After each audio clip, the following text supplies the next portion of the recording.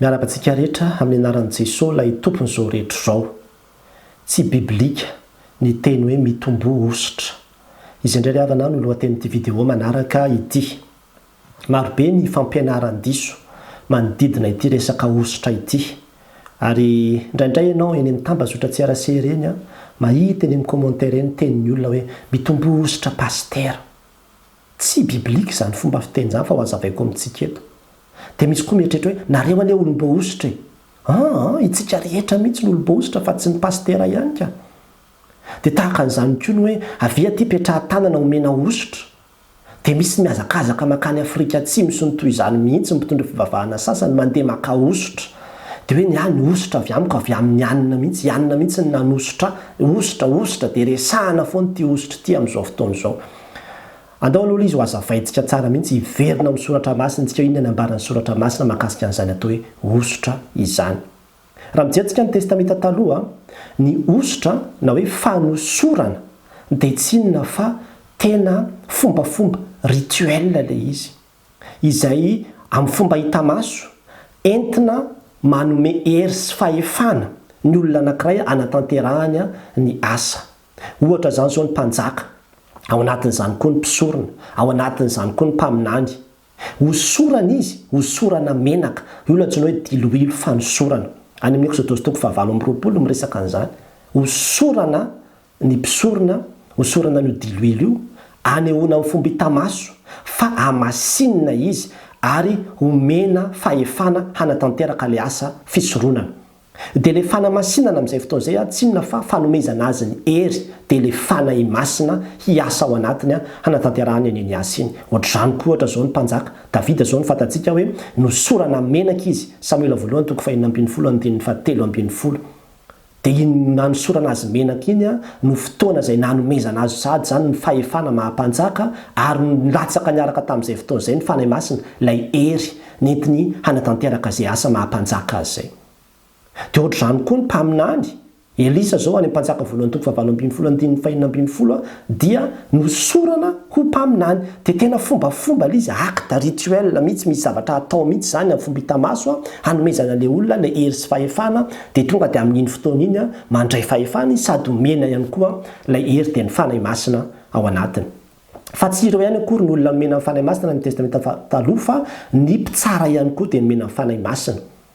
Fa ny mpitsara indray dia tsy nisy fombafomba natao taminy. Voasoratra anatin'ny Baiboly aloha izany tsisy hoe nisy fombafomba natao na nisy rituel natao na hahatonga ny olona anankiray ho lasa mpitsara. Fa tonga dia manana ny fanahy masina. Ry Gideona izao dia hoe nilatsaka tamina ny fanahan'Andriamanitra. Izany hoe spirituel mihitsy izany ilay fomba nanosorana azy. Raha izay izany ny dikany. Ilay fanosorana izany dia tsy inona fa fanamasinana ihany. Tsy misaraka mihitsy izany teny izany. Fanosorana, fanamasinana ary fanahy masina. Zavatra tsy misaraka izany eo anatin'ny Baiboly. Ka matoa izany ny mpitsara no mena fanahy masina dia mazava ho azy fa no hamasinina izy izany dia nosorana izy fa tena spirituel avy hatrany izany nanatanterahana an'ilay izy fa tsy nisy acte fizika mihitsy natao. Dia ireo olona anankiefatra roa ihany ao anatin'ny testamenta taloha antsoina hoe olom-boa hosotra. Roa ihany no manana fanahy masina: mpitsara, mpisorona, mpaminany ary ny mpanjaka. Dia izay aloha izany ilay izy. Tsy afa-misaraka amin'ny atao hoe fanomezana ny hery sy fahefana ny antsoina hoe hosotra. Fa raha mijery ny testamenta vaovao dia efa tsy izany intsony amin'izay fa niova mihitsy ny zavatra rehetrarehetra satria tsy olona efatra intsony no azo ny fanahy masina fa ozy ny tenin'Andriamanitra hoe any amin'ny andro farany no andatsahako ny fanahiko amin'ny nofo rehetra. Tamin'ny andron'ny Pentekosta tonga dia 3,000 ny ray ny latsahan'ny fanahy masina. Izany hoe tonga dia 3,000 ny lasa olom-boa hosotra. Dia izany ny dikany. Ny testamenta vaovao izany dia milaza fa ny kristianina rehetra mihitsy dia no hamasinina. Izany mahatonga andry Paoly rehefa manoratra any amin'ny epistily dia milaza hoe ho anareo sady voantsy no masina ozy izy. Dia ny kristianina izany lasa mpisoron'Andriamanitra. Fa ianareo kosa ozy dia taranaka voafidy, fanjakam-pisorona, firenena masina, olona nalain'Andriamanitra tamin'ny tenany mba ilazanareo ny antsaran'ilay niantso anareo hiala maizina ho amin'ny fahazavany mahagaga. Lasa mpisorona daholo izany ny kristianina rehetra. Ary ny dikan'izany dia olom-boa hosotra izany ny kristianina.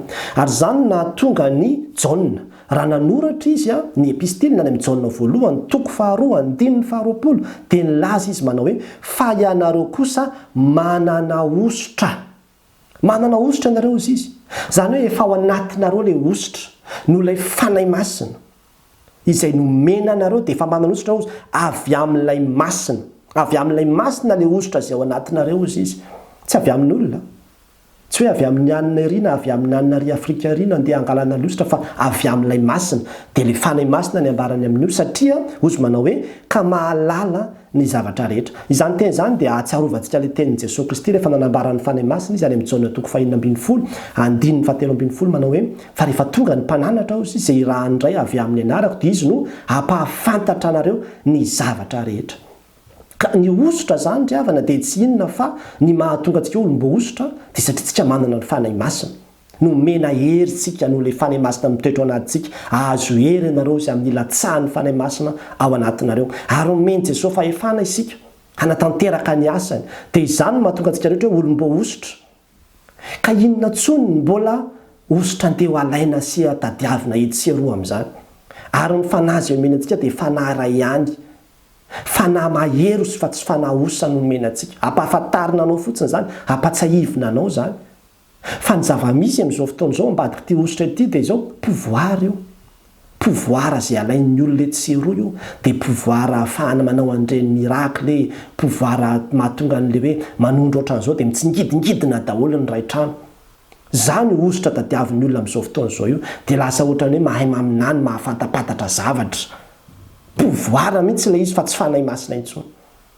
fa raha fanay masina dia efa manana fanay masina tsika ka inona tsony mbola ositra tadiavina etsy sy roa inona tsony ny ositra mbola tadiavinao inona ny mbola ilazanao hoe mitombo ositra fiteny fa izany hoe mitombo fanay masina tsy biblika mihitsy zany ary ao anatin'ny baiboly tsisy fampirisihana zany mihitsy avianao meko ositra tsisy an'izany mihitsy ao adidra ty amin'ny testamenta vaovao ka amin'ity an'io ty dia te-hitarika antsika efa olom-bo ositra isika efa manana ny fanay masina isika dia very tahaka ny hoe mpisorona ianao zany zao dia ny mpisorona teo amin'ny Israely mitovy daholo rehefa mpisorona fa tsisy hoe efa samy mpisorona dia mbola hoe ry mpisorona ndry tena enjana be fa mbola andeha efa mpisorona ao dia mbola andeha ho ary amin'ilay mpisorona anankiray indray hoe ametrao tanana mihitsy fa tena ianao tena mpisorona enjana be dia ametrao tanana dia amin'izay mahavita an'izao ny fanay masina dia mitoetra ao anatintsika manome antsika ny fanomezam-pahasoavana samy hafa tandremy fa amin'izao fotoana izao ane ka misy mpitondra fivavahana maro izay manao pacte amin'ny devoly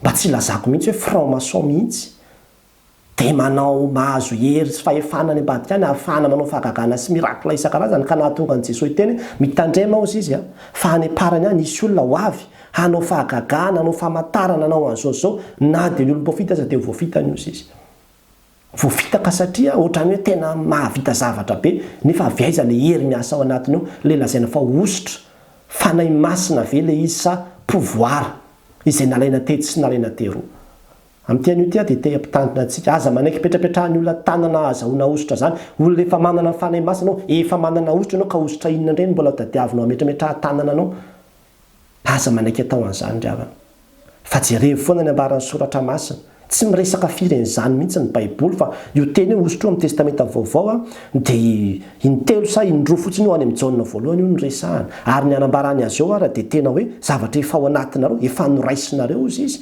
ohatr'izany koa ny andininy 7:20 ary ny aminareo izy dia le ositra noraisinareo taminy zavatra efa noraisiny zany hampatsahivina ny kristianina zany efa noraisinareo le ositra fa tsy mbola andeha angatahana sy tadiavina indray fa raha mbola misy ositra anampiana le faniraisinao ositra hafahafa zany fa miteny aminao ositra hafahafa afahana manao zavatra hafahafa indray zany fa miteny aminao fa zay efa nomena anao dia ositra avy amin'ny fanay masina ampy izay ho an'Andriamanitra ny voninahitra amen.